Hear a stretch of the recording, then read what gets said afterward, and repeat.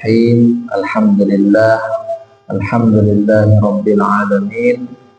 Nahmaduhu wa nasta'inuhu wa nastaghfiruh wa na'udzu billahi min shururi anfusina wa min sayyiati a'malina. May yahdihillahu fala mudilla lahu wa may yudlil fala hadiya lahu. Ba'du, Bapak-bapak, Ibu-ibu hadirin dan hadirat jamaah salat subuh Masjid Nurul Huda yang mudah-mudahan selalu dirahmati Allah Subhanahu wa taala. Kita bersyukur pada pagi hari ini sama-sama kita diperkenankan oleh Allah Subhanahu wa taala mengkaji ayat-ayatnya, mentadabburi kitabnya. Mudah-mudahan Allah senantiasa menambah ilmu kita, menambah iman kita, menambah amal kita, dan ketakwaan kita kepada Allah Subhanahu wa ta'ala. Begitu juga Bapak Ibu yang dimuliakan Allah, di pagi hari mengawali aktivitas kita hari ini, kita hendaknya bersolawat untuk Nabi kita Muhammadin sallallahu alaihi wasallam. Bapak Ibu yang dimuliakan Allah, insya Allah pada pagi hari ini kita akan sama-sama mentadabburi surat yang sangat mulia, yaitu surat Al-Ikhlas. Surat ini adalah surat yang luar biasa, surat yang semua kita pasti hafal. Anak-anak kecil yang masih SD, bahkan yang TK, itu sudah banyak yang hafal. Semua umat Islam mesti hafal surat Al-Ikhlas ini. Padahal kita tidak pernah mungkin menghafalnya. Kita tidak pernah menghafal surat Al-Ikhlas ini. Sama seperti surat Al-Fatihah, tidak pernah kita menghafal. Biasanya kita kalau menghafal Al-Quran itu satu ayat kita ulang 10 kali, ada yang 20 kali, ada yang 30 kali dibaca. Jadi ayat itu dibaca 10 kali, 20 kali, 30 kali, nanti hafal. Nah, tapi surat Al-Ikhlas ini entah kapan kita mulai menghafalnya, tiba-tiba kita sudah hafal. Apa sebab? Karena kita sering mendengar, kita sering mendengarkannya. Sama seperti surah Al-Fatihah, kita sering mendengarkan. Surat Al-Ikhlas sering kita dengarkan, terutama ketika kita menjadi makmum di belakang. Sering imam membaca surat ini. Nah, Al-Ikhlas, Bapak Ibu yang dimuliakan Allah, surat yang ke-112. Jadi 114 surat yang ada di dalam Al-Quran. Kemarin kita sudah membahas tentang surat An-Nas, kemudian Al-Falaq, sekarang surat Al-Ikhlas, surat yang ke-112. Nah, surat ini tidak ada kata Al-Ikhlasnya, sebagaimana yang telah kita jelaskan sebelumnya. Tidak ada ayat 1, tidak ada kata Al-Ikhlas, ayat 2 tidak ada, ayat 3 tidak ada, ayat 4 tidak ada. Tetapi kandungan maknanya secara umum berbicara tentang ikhlas. Nah, sekarang apa itu ikhlas? Apa itu ikhlas? Ikhlas itu Bapak Ibu yang dimuliakan Allah, artinya murni. Ikhlas itu artinya murni. Jadi kalau misalkan kita contohkan lagi, ini air, ini air murni namanya. Tidak ada campuran, tidak ada campuran tehnya. Bukan berarti kami minta teh, bukan. Tidak ada campuran tehnya, tidak ada campuran kopinya. Ini air murni. Ini air murni. Jadi andaikan kita lihat, kita masukkan tisu ke dalamnya, itu kelihatan. Ada pasir masuk ke dalamnya, kita kelihatan. Itu murni. Tapi kalau sudah tercampuri dengan kopi, tidak tahu. Tiba-tiba ada cicak di dalamnya. Mungkin ada orang yang pernah minum teh, minum kopi. Pernah itu ada orang yang cerita seperti itu, minum kopi, ternyata kopinya sudah habis, dilihat ada cicak di dalamnya, keruit-keruit, baru dia muntah-muntah setelah itu. Nah itu kenapa? Karena tidak bisa terlihat dari luar, tidak bisa terlihat dari luar. Airnya keruh, airnya gelap, airnya tidak jernih, airnya tidak bersih. Tapi kalau airnya bersih, kita ini isinya kelihatan, Allah menginginkan hidup kita ini ikhlas, murni, hanya untuk Allah Subhanahu wa ta'ala. Itu makna al-ikhlas. Kemudian Bapak Ibu, surat ini ada sebab nuzul. Artinya surat al-ikhlas ini ada sebab turunnya, ada kronologi turunnya surat. Jadi dalam Al-Quran tidak semua surat ada kronologinya, tidak semua ayat ada kronologinya. Tapi surat ini menurut ulama itu ada sebab turunnya. Apa sebab turunnya? Ada sekelompok kaum musyrikin Mekah dan sebagian ahlul kitab. Ahlul kitab ini maksudnya Nasrani dan Yahudi. Tapi Nabi biasa bertemu orang Yahudi Madinah. Nasrani ketika itu wilayah yang lain. Nah, mereka bertanya kepada Rasulullah, "Ya Muhammad, sif lana rabbak." Jadi mereka bertanya, "Wahai Muhammad, berikan kepada kami penjelasan tentang sifat Tuhanmu." Kalau sifat Tuhannya mereka kan sudah bisa dilihat.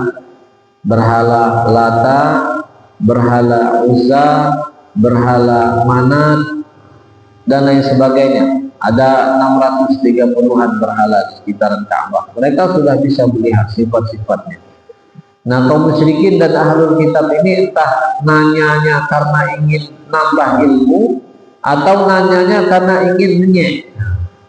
Jadi ada beberapa jenis pertanyaan. Ada orang nanya pengen tahu, nambah ilmu. Ada nanya pengen ngetes, ada nanya pengen muji, ada nanya pengen menghina, melecehkan. Nah, pertanyaan orang musyrikin ini rata-rata melecehkan Nabi Shallallahu Alaihi Wasallam. Maka mereka bertanya kepada Nabi, "Ya Muhammad, sifatkan kepada kami, jelaskan kepada kami sifat Tuhanmu." Maka turunlah surat Al-Ikhlas. Nah, surat Al-Ikhlas ini Bapak Ibu memuliakan Allah Subhanahu wa taala, dalam sebuah hadis itu diceritakan bahwa suatu ketika Nabi Shallallahu Alaihi Wasallam mengutus sekelompok kecil pasukan diutus oleh Nabi Shallallahu Alaihi Wasallam. Tapi ini bukan kronologi ayatnya, ini berbicara tentang keutamaan surat, bukan kronologi surat. Kalau kronologi turunnya surat telah kita jelaskan. Nah, tentang keistimewaan surat Al-Ikhlas. Jadi Nabi SAW mengutus sekelompok pasukan kecil dipimpin oleh seorang sahabat Nabi SAW. Nah, ketika mereka diutus oleh Nabi SAW ke suatu wilayah, ada seorang sahabat ini yang memang dia sebagai pemimpin, dia sebagai imam sholat. Nah, sahabat ini setiap kali menjadi imam selalu baca surat Al-Ikhlas. Ghairil maghdubi alaihim waladdallin, amin. Kemudian ia membaca misalkan surat Al-Baqarah. Dibaca surat Al-Baqarah, ditutup dengan surat Al-Ikhlas. Pokoknya setiap kali ia menjadi imam, baca surah Al-Fatihah, kemudian baca ayat tertentu, diakhiri ditutup dengan surat Al-Ikhlas. Maka ditegur oleh sahabat. Ibarat kata kita ini, kau ini kalau nak baca surat Al-Ikhlas, baca surat Al-Ikhlas baik. Jangan baca surah Al-Baqarah.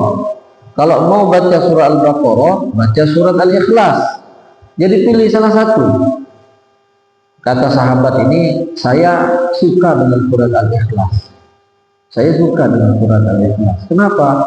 Karena surat Al-Ikhlas ini mengandung pengagungan terhadap Allah Subhanahu wa taala, mengagungkan asma Allah. Intinya dia senang dengan surat Al-Ikhlas, cinta dengan surat Al-Ikhlas. Nah, kalau kita mungkin, kalau sahabat cintanya dengan surat Al-Ikhlas. Sebenarnya kita ini mencintai semua Al-Quran, tetapi ada yang kecintaan itu double, lebih cinta daripada yang lain. Semuanya dicintai, tapi lebih cinta. Nah, sahabat ini dia cinta dengan surat Al-Ikhlas. Maka Nabi SAW setelah mereka ini kembali ke Madinah bertemu dengan Nabi, diceritakanlah oleh Nabi, ya Rasulullah, ini si fulan ini kalau imam selalu baca surat Al-Ikhlas. Setelah diselidiki, ya karena sahabat ini mencintai surat tersebut, karena surat tersebut berbicara tentang keagungan Allah. Kata Nabi, sampaikan kepadanya Allah mencintainya. Jadi gara-gara dia banyak baca surat Al-Ikhlas, gara-gara dia senang surat Al-Ikhlas, maka Allah mencintainya. Jadi tanda kita suka dengan satu surat, kita sering membacanya. Sekarang kita bayangkan, kita ini paling sering membaca surat apa? Ada enggak yang kita sering baca? Al-Fatihah ya jelas, Al-Fatihah karena wajib. Nah, paling sering kita baca surat apa? Nah, seringnya kita membaca surat tersebut bisa jadi karena cinta kita kepada surat tersebut. Bukan karena Ustaz, karena memang ya surat itulah yang aku hafal. Berarti kalau yang itulah yang aku hafal, hafalnya kenapa? Hafalnya karena cinta dengan surat tersebut. Kalau masyarakat kita di Indonesia ini umumnya paling cinta dengan surat Yasin. Pokoknya apa-apa baca surat Yasin. Akikah Yasin, yang meninggal dunia Yasin, tasyakuran rumah Yasin, mau berangkat haji Yasin, semuanya Yasin. Malam Jumat Yasin, selalu dibaca surat Yasin. Kata Nabi, Yasin itu adalah qalbul Quran, jantungnya Al-Quran. Bisa jadi kalau niatnya benar, senang membaca surat Yasin karena cinta dengan surat Yasin, bisa jadi cinta kita kepada surat Yasin akan mendatangkan cintanya Allah Subhanahu wa taala kepada kita. Maka ini sahabat Nabi sallallahu alaihi wasallam. Sahabat Nabi dia senang dengan baca surat Al-Ikhlas dalam setiap sholatnya sampai hafal surat Al-Ikhlas dibaca terus. Maka kata Nabi, sampaikan kepada orang tersebut bahwa Allah mencintainya karena cintanya terhadap surat Al-Ikhlas. Ini keutamaan, diantara keutamaan surat Al-Ikhlas. Kemudian kata Nabi, Bapak Ibu mengatakan Allah SWT, Iqra'u qul huwallahu ahad wal mu'awwidhatain hina tumsi wa hina tusbih. Kata Nabi, baca qul huwallahu ahad dan mu'awwidhatain yang kita sebutkan sebelumnya, surat Al-Falaq dan surat Al-Nas. Jadi bacalah kata Nabi surat Al-Ikhlas, surat Al-Falaq, surat An-Nas salatan, kata Nabi, masing-masing dibaca 3 kali. Al-Ikhlas 3 kali, Al-Falaq 3 kali, An-Nas 3 kali. Hina tumsi wa hina tusbih, ketika kita masuk waktu pagi. Contoh misalkan setelah subuh baca 3 kali Al-Ikhlas, Al-Falaq, An-Nas. Nanti sore hari juga kita baca 3 kali setelah sholat asar mungkin, atau setelah sholat maghrib. Ini menjadi zikir pagi dan zikir sore. Maka kata Nabi SAW, yakfika min kulli syai', Allah akan mencukupkanmu dari segala sesuatu. Maknanya luas ini. Allah akan mencukupkanmu dari segala sesuatu. Satu, Allah akan mencukupkan rezekimu, Allah akan menolongmu, Allah akan melindungimu, Allah akan menjagamu, Allah akan memberikan ketenangan padamu. Pokoknya segala kebaikan Allah akan cukupkan kita. Kita tidak akan pernah kekurangan dari hal apapun. Maka bacalah surat ini 3 kali. Kemudian begitu juga sebagaimana yang kita jelaskan sebelumnya, Nabi SAW sebelum tidur juga membaca 3 kali. Ditiupkan ke tangan, kemudian diusapkan ke seluruh tubuh yang bisa kita jangkau. Kemudian Bapak mengatakan Allah SWT, ini berkenaan dengan keistimewaan surat, di antara keistimewaan surat Al-Ikhlas. Di antara keutamaan surat Al-Ikhlas. Kemudian kita masuk pada pembahasan surat Al-Ikhlas. Ayat ini diawali dengan Qul huwallahu ahad. Bismillahirrahmanirrahim. Qul huwallahu ahad. Qul artinya bacakanlah, ucapkanlah, sampaikanlah. Jadi pertama kalimat qul ini ucapkan, yakini dengan keyakinan, dengan keimanan. Kemudian sampaikan kepada orang lain. Apa yang kita sampaikan? Huwallahu ahad, dialah Allah yang Maha Esa, yang Maha Esa. Ahad di sini tunggal, satu-satunya, yang esa, yang esa. Dan ini sebagaimana dijelaskan oleh Nabi Muhammad bahwa surat Al-Ikhlas ini thuluthul Quran, sepertiganya Al-Quran. Jadi ada sebagian ulama memahami bahwa yang membaca surat Al-Ikhlas pahalanya sama dengan membaca sepertiga Al-Quran. Sepertiga Al-Quran itu berarti 10 juz.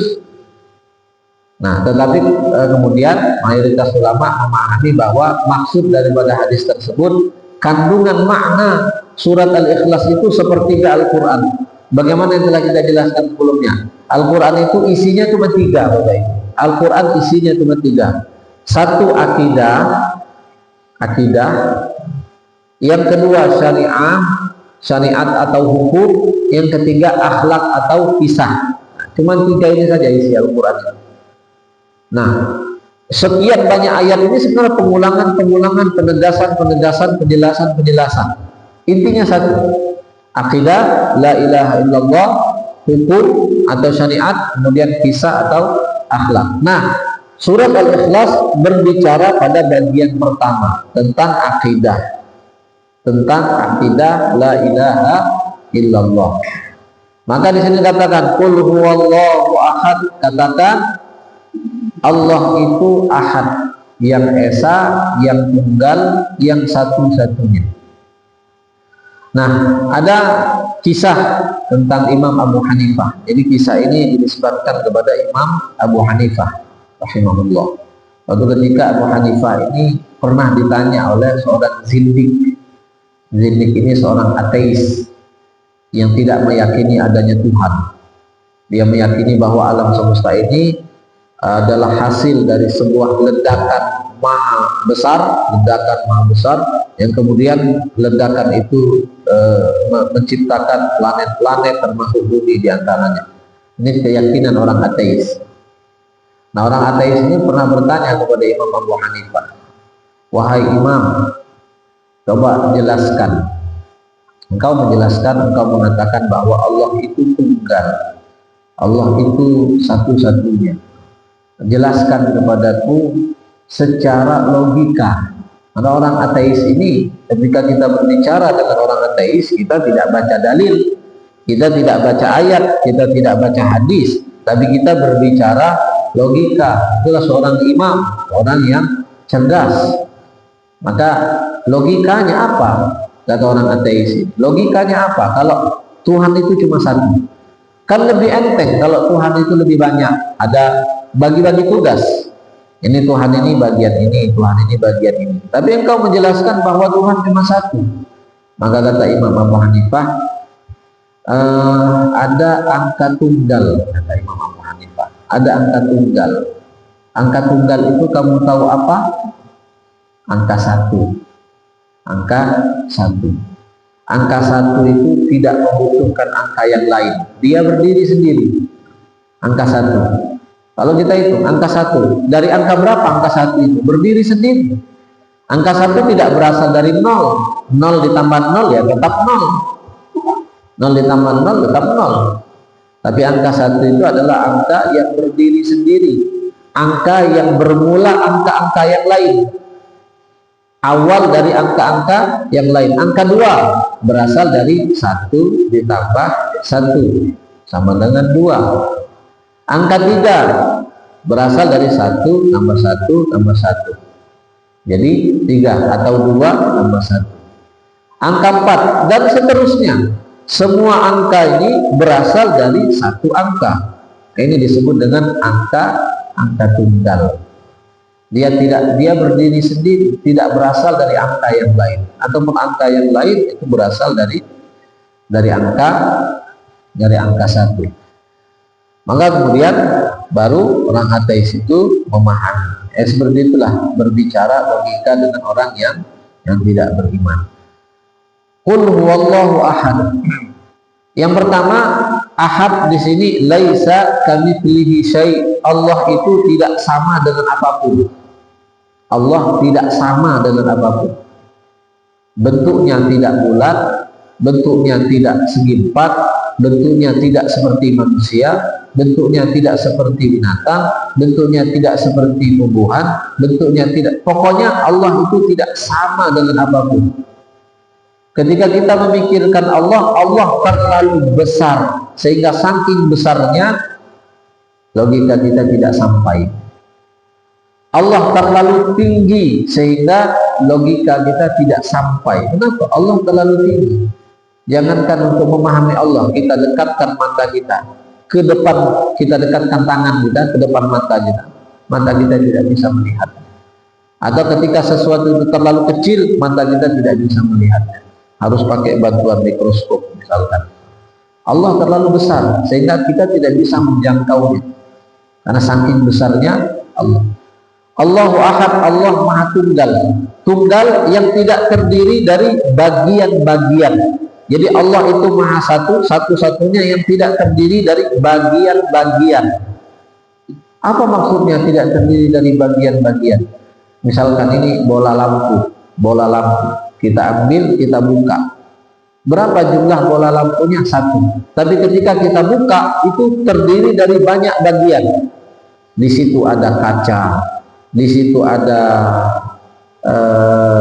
kabel, di situ ada banyak macam, ada lem juga di situ. Di situ ada plastik. Jadi terdiri dari bagian-bagian, walaupun jumlahnya cuma 1. Sama dengan tubuh kita ini. Ini yang namanya Hendra di masjid ini berapa orang? 1 orang, mungkin 1 orang. Nah, kita yang 1 ini terdiri dari banyak bagian. Ini telinga, ini bagian telinga, mata, hidung, kening, rambut, janggut, mulut, tangan. Terus ini kita ini, walaupun kita ini 1, tetapi terdiri dari bagian-bagian yang banyak. Belum lagi nanti di tubuh kita ada darah, di tubuh kita ada bakteri, di tubuh kita ada virus, di tubuh kita banyak macam. Artinya walaupun kita ini 1, tapi kita tidak tunggal. Kita terdiri dari bagian-bagian. Ada bagian fisiknya, ada bagian ruhnya. Tetapi tidak berlaku pada Allah subhanahu wa ta'ala. Tidak sama dengan Allah. Allah itu maha tunggal, Allah itu maha esa, Allah itu 1 yang tidak terdiri dari bagian-bagian tertentu. Itulah yang disebut dengan laisa kamitslihi syai'. Allah itu tidak sama dengan sesuatu apapun. Kemudian Bapak Ibu mengatakan Allahus samad. Allahus samad.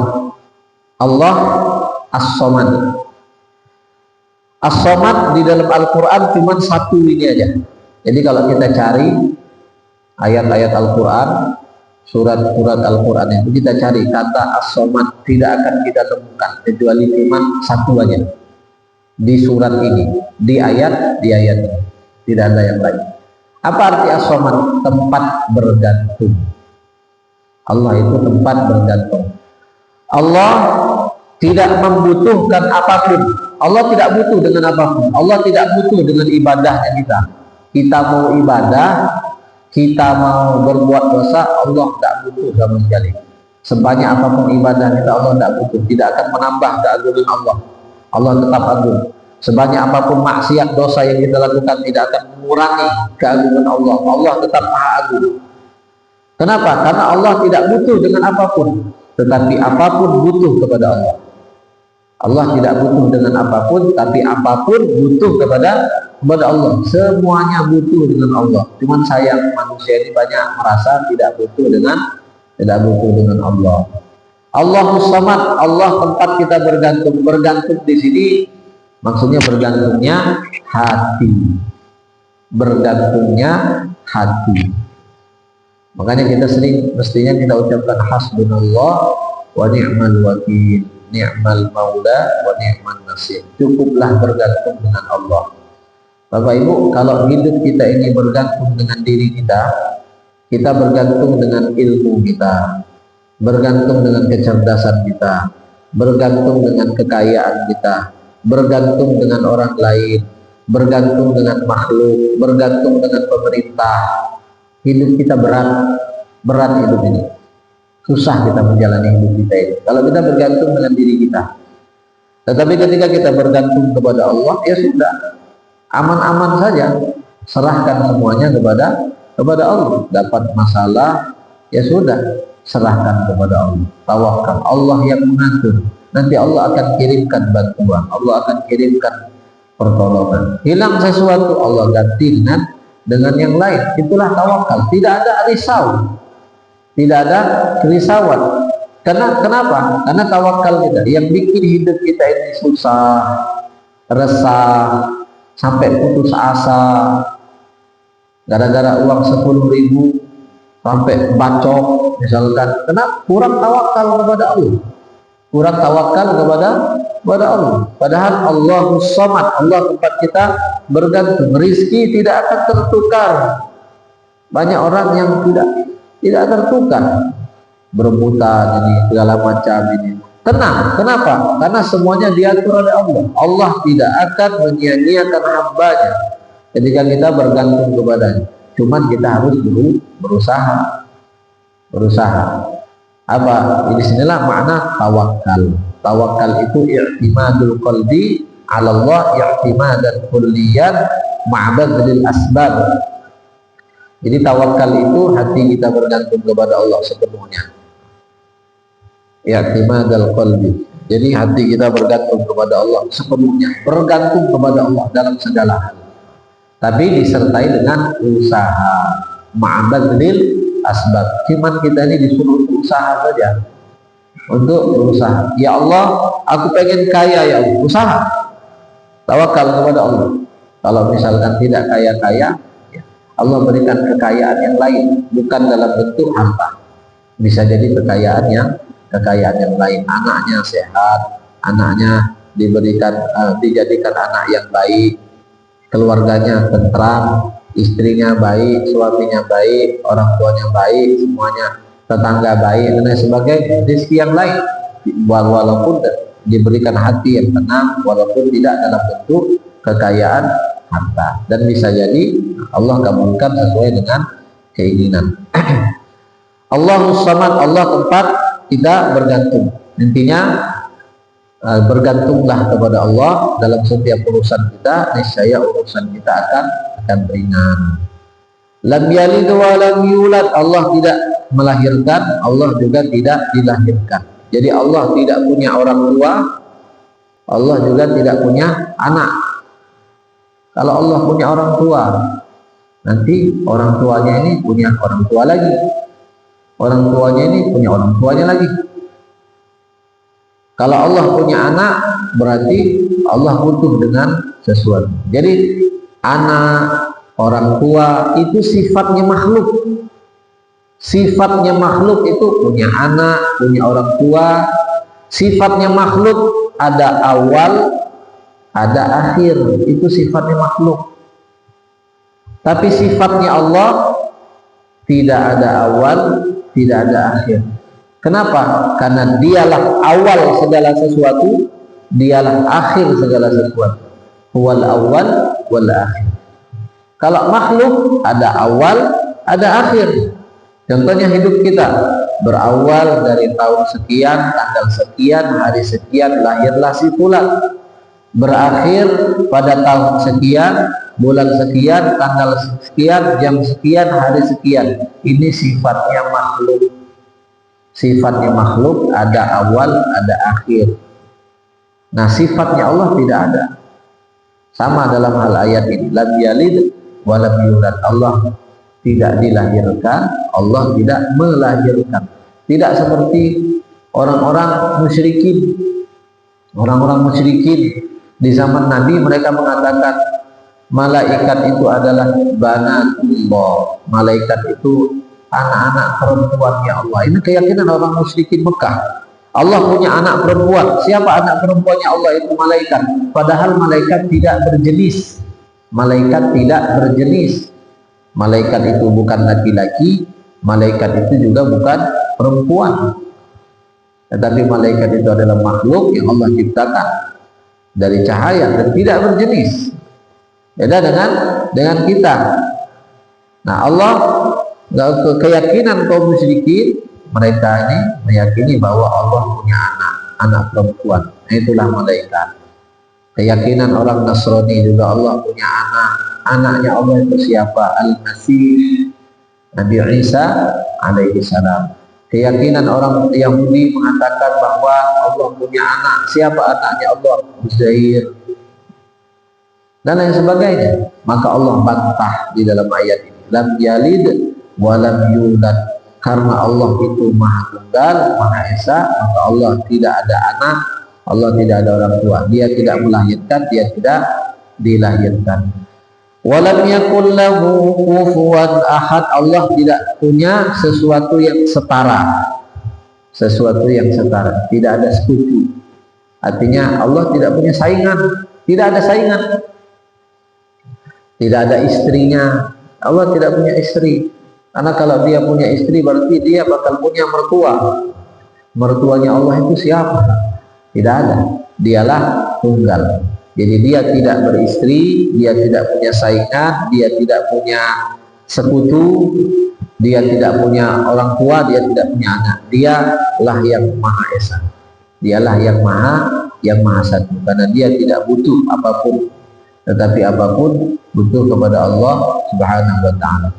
Dalam ayat yang lain, "Lau kana fihi ma'alihatun ghairullah lafasadata." Andaikan di langit dan di bumi ini ada tuhan-tuhan yang lain yang banyak, maka bumi dan langit akan hancur. Bumi dan langit akan hancur. Kenapa? Yang ngatur banyak. Yang ngatur banyak. Tuhan ini pengen siang, Tuhan yang ini pengen malam. Ya sudah, berkelahilah Tuhan ini. Hancurlah muka bumi, hancur bumi. Kemudian kalau Tuhan ini paling banyak, maka mereka akan bersaing menjadi yang paling tinggi.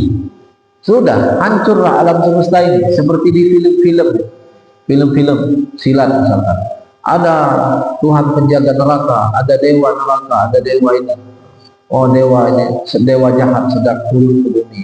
Nanti akan datang dia. Ada manusia yang bisa mengalahkan dewa ini, bisa rusak dunia ini. Kalau seperti itu. Tapi adanya sistem dunia yang begitu rapi, yang begitu sempurna ini menunjukkan bahwa ini membuktikan bahwa yang mengatur alam semesta ini cuma satu. Karena yang mengatur banyak bingung. Masjid saja kalau yang mengatur banyak sudah banyak ribut. Betapa banyak masjid-masjid di daerah sana jauh. Itu karena banyak yang mengatur, itu ribut akhirnya buat masjid yang baru, saingan dari masjid ini. Kenapa? Karena banyak yang ngatur. Nah, alam semesta ini yang besar ini, kalau andaikan banyak Tuhan, hancur. Karena masing-masing Tuhan ingin bersaing, ingin menunjukkan kehebatannya, ingin menunjukkan kekuasaannya, ingin menunjukkan ciptaannya, sudah hancur. Maka lam yalid wa lam yulad wa lam yakul lahu kufuwan ahad. Mungkin itu berkenaan dengan surat Al-Ikhlas. Mudah-mudahan ada manfaatnya. Lebih kurang mohon maaf kepada Allah dan ampun. Astagfirullah nanti wa atubu ilaih. Silakan barangkali kalau ada yang ingin ditanyakan. Wallahu a'lam bishawab.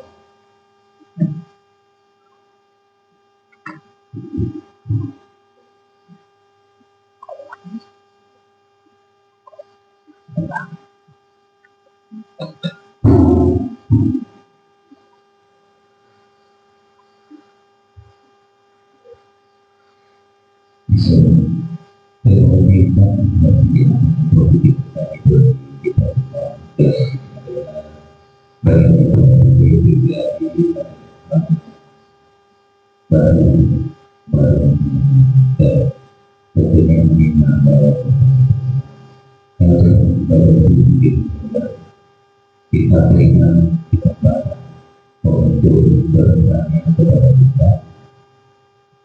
Mereka yang bertanya dari bapak-bapak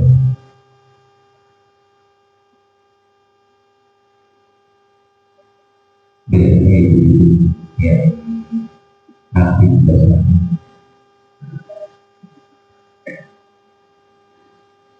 Nah, dari diri kamu bertanya demikian tidak menghasilkan karena keluarga itu saya tanpa dilakukan diri kira-kira jadi tidak mungkin tapi tetap tidak pernah kepada waktu berusaha pada ini tempat yang baik bagi kita.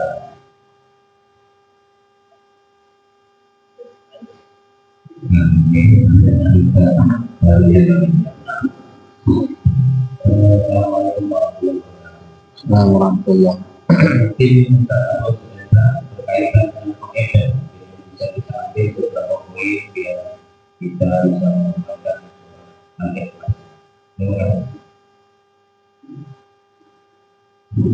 Baik, kalau Ustaz tanya Ustaz itu kadang berat jawabannya. Tapi yakin Ustaz Ahmad ini bertanya karena dia berbagi untuk yang lain. Faedahnya banyak sekali dalam surat Al-Ikhlas. Banyak sekali faedah yang bisa kita lihat. Yang pertama, yang paling penting bahwa surat Al-Ikhlas ini agar supaya kita mengikhlaskan hidup kita ini kepada Allah. Mengikhlaskan hidup kita kepada Allah. Artinya kita berusaha, walaupun ya pasti banyak ini mudah diucapkan, tapi berat untuk diamalkan. Kita di sini ayat ini mengajarkan kepada kita supaya kita itu ikhlas. Hidup kita ini karena hidup kita ini Allah yang menciptakan, maka hidup kita ini mestinya hanya untuk Allah Subhanahu wa ta'ala. Ikhlaskan hidup kita ini kepada Allah. Dalam artian apa? Semua yang kita lakukan niatkan karena Allah. Semua yang kita lakukan sesuaikan dengan keinginan Allah Subhanahu wa ta'ala. Dan semua yang kita lakukan berharaplah kepada Allah. Jangan berharap kepada manusia. Kita boleh berharap kepada manusia, tetapi harapan yang sebenarnya, harapan yang hakiki itu adalah harapan kita kepada Allah Subhanahu wa ta'ala. Kemudian yang kedua, faedahnya yang bisa kita pelajari di sini bahwa kita tawakal kepada Allah dalam segala hal. Tawakal kepada Allah. Kemudian yang ketiga, kita yakini bahwa Allah itu Maha Esa. Allah tidak punya anak. Allah juga tidak punya saingan. Allah tidak punya sekutu. Dan ini akidah yang satu-satunya yang membedakan antara Islam dengan agama yang lain. Itulah, kalau agama yang lain banyak Tuhannya. Ada mungkin Tuhan langit, ada mungkin Tuhan bumi. Kita perhatikan, semua agama di dunia ini banyak Tuhannya. Banyak Tuhannya. Nah, hanya Islam saja yang mengajarkan kepada kita bahwa tidak ada Tuhan selain Allah Subhanahu wa ta'ala. Jadi faedahnya menggunakan Allah sebenarnya intinya cuma satu.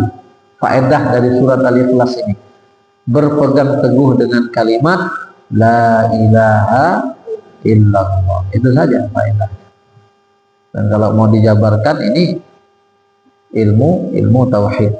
Allah a'lam bishawab.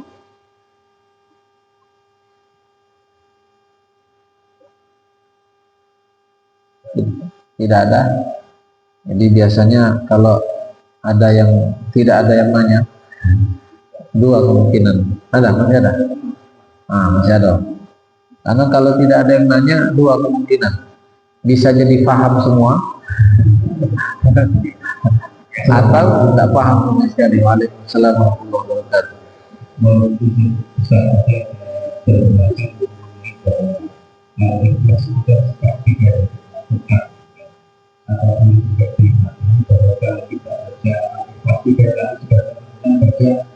30 juz itu tidak ada pengalaman lagi nah atau tadi Pak menjelaskan bahwa sepertiga dari isi kandungannya yang tidak apa atau juga sebetulnya bahwa partilannya kita membaca sepertiga ketika kita lakukan batasan untuk membaca keseluruhan Al-Quran bisa terwakilkan dengan membaca Al-Quran tidak mau bicara saja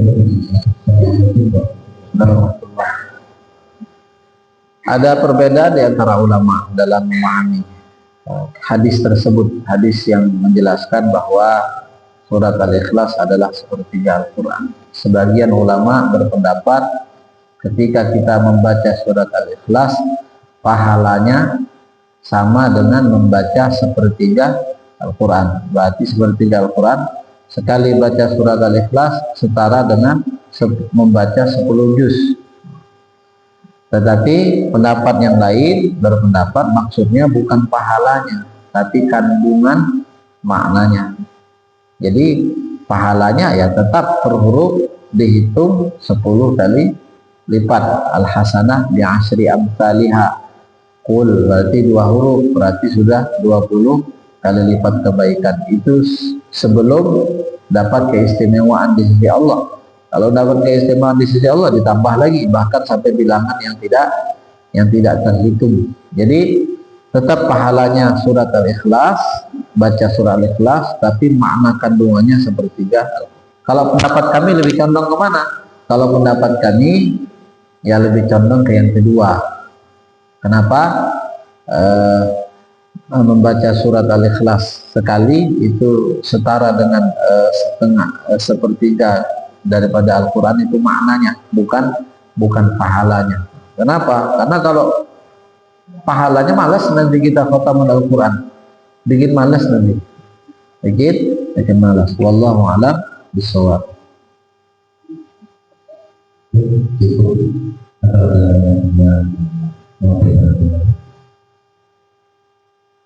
Bisa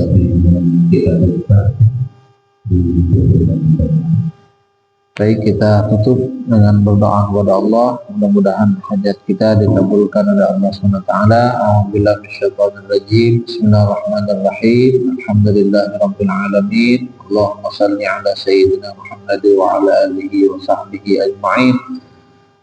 Allahumma anfa'na bima 'allamtana wa 'allimna ma yanfa'una wa warzuqna 'uluman tanfa'una. Allahumma inna na'udzubika min ilmin la yanfa'u, min qalbin la yakhsha', wa min nafsin la tashba', wa min du'a'in la yasma'. Rabbana la tad'a lana fi maqamina hadha dhanban illa ghafartah, wa la 'aiban illa satartah, wa la 'asiran illa yassartah, wa la maridan illa shafaitah, wa la 'asiran illa yassartah, ولا فقيرا إلا أغنيته، ولا حاجة من حوائج الدنيا والآخرة إلا قضيتها ويسرتها يا ربنا يا رب العالمين. ربنا اغفر لنا ذنوبنا وتب علينا إنك أنت التواب الغفور. ربنا ظلمنا أنفسنا وإن لم تغفر لنا وترحمنا لنكونن من الخاسرين. ربنا آتنا في الدنيا حسنة وفي الآخرة حسنة وقنا عذاب النار. صلى الله على سيدنا محمد النبي الأمي وعلى آله وصحبه وسلم. والحمد لله رب العالمين. السلام عليكم ورحمة الله وبركاته.